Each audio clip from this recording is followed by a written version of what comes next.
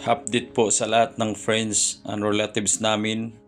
Si Annalyn po ay isinugod namin sa obigaini namin na doktor para ma-check yung sitwasyon niya at ang bibi.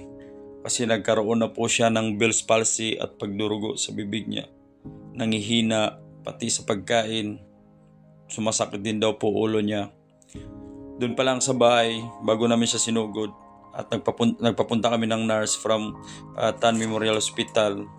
Na-check po yung BP niya is sobrang taas, 220 over 150. Kaya tumawag kami sa OB/GYN doktor namin na ganun. Kaya kailangan na ma-check siya at saka yung sitwasyon ng mga bata.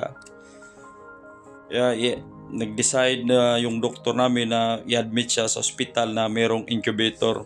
Nag-try na rin sila pumunta sa Presda Healer kaso di daw pwede dong OB namin. At hindi rin siguro available yung incubator nila. Pumunta na lang sila sa Avila para malagyan daw siya ng dextrose bago ibiyahe habang nag-aantay na may mag-confirm na hospital na may incubator.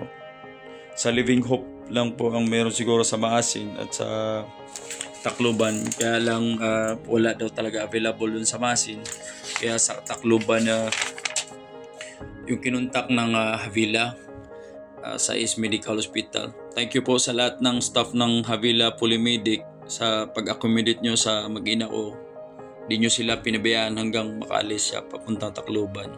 Lalo na rin po sa Tan Memorial Hospital sa paggamit po namin ng ambulansya.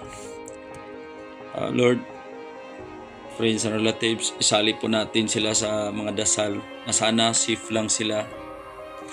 Alam naman po natin na 32 weeks and 5 days pa lang yung twins. Sobrang aga pa para malabas sila. Hindi na rin daw kasi sila safe once tumaas na yung BP ni Annalyn. So still close monitoring pa rin daw. Kasi baka mga ilang araw na mag-develop daw yung lungs ng mga bata. Saka pa siguro sila mag-undergo ng CS. So sa ngayon, nakapag-relax na si Annalyn. Thank you din sa kapatid ko, Sister Rosjean, Mama, Kuya Eric, sa lahat po ng pumunta ro na mag-guide. Thank you rin po sa lahat ng prayers nyo. Yun lang po ang hinihingi ko namin na sana maging okay yung mga kambal. Wala naman tayong ibang magawa kundi magdasal at magtiwala. Salamat po sa lahat. Mabuhay po tayong lahat.